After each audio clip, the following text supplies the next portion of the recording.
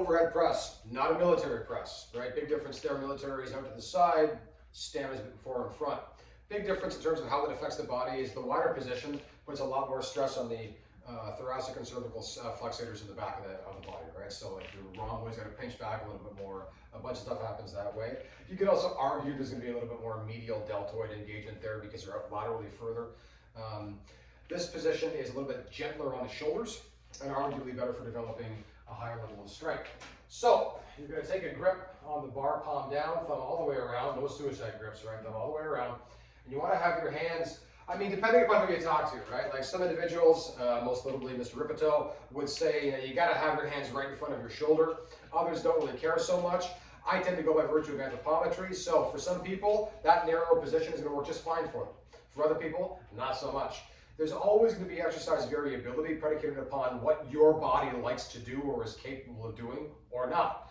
So in this context, get your hands in as set over your elbow as you can get them, right? If they're not right in front of the shoulder, in my view, that's okay, so long as you're in a circumstance where that's the necessary requirement for your body. In my case, that is the necessary requirement.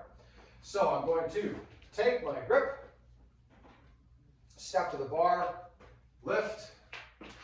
I want to keep my wrists straight. This is a very common problem. I see people flare back all the time like this. We don't want that. We want to have the hand basically in line with the elbow. Just a little outside is also acceptable. Posterior hip toes of the core of the hips. Keep your core nice and tight.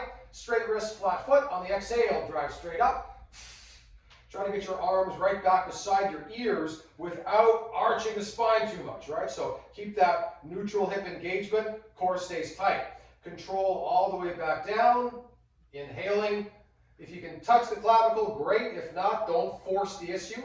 Exhale, coming back up. Inhale, coming back down.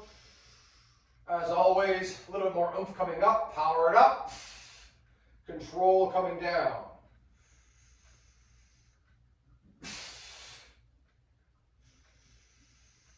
When you're finished, walk into the bar. Notice what I just did there, right? I walked into the bar. I'm not reaching for it. That's how you blow your shoulders after a heavy press set. So walk into the bar, place it down. So again, in terms of elbow positioning, right? Or hand positioning, right about like a so is nice. Notice that straight line. We're trying to get that wherever possible. We don't want to have this. We can go outside the elbow a little bit if the anthropometry allows that and you're not feeling like you're misaligned. But keep in mind, when it comes to loaded movement, we like to be aligned where possible. Misalignment, in this case too far, going to put a lot of pressure on that medial epicondyle. No one likes golfer's elbow. So again, in this context, find the spot where you feel best.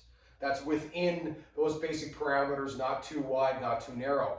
But it's always going to be a function of you finding your position, which will almost never be the same as someone else's. Keep in mind, when you're pressing up, it's very common where people under too much load will start to drive their hips forward, right? Those glutes are trying to engage, the spinal arc is trying to engage the support. But now, we're once again pushing ourselves out of alignment into a significant position of spinal extension, particularly worse because now we have this weight sitting up over that, right? This is how we create injuries. So we don't want that. Keep it all nice and tight. Let your ego take a backseat to this. Go with what you can do with perfect form, not with what you think you should do or what some other jabroni is doing in the gym, right? Go by virtue of what you are doing. In terms of tempo, always a little bit more power coming up, always a little bit more control coming back down. As you're coming back down, set that lat tension, right? Keep everything here engaged at the bottom of the pocket. When you drive up, the scapula will externally rotate and lift superior. That's necessary to achieve the movement. When you come back down, they should come back down too. So as you're coming back down, get those lats engaged, right? That is your standing overhead bar press.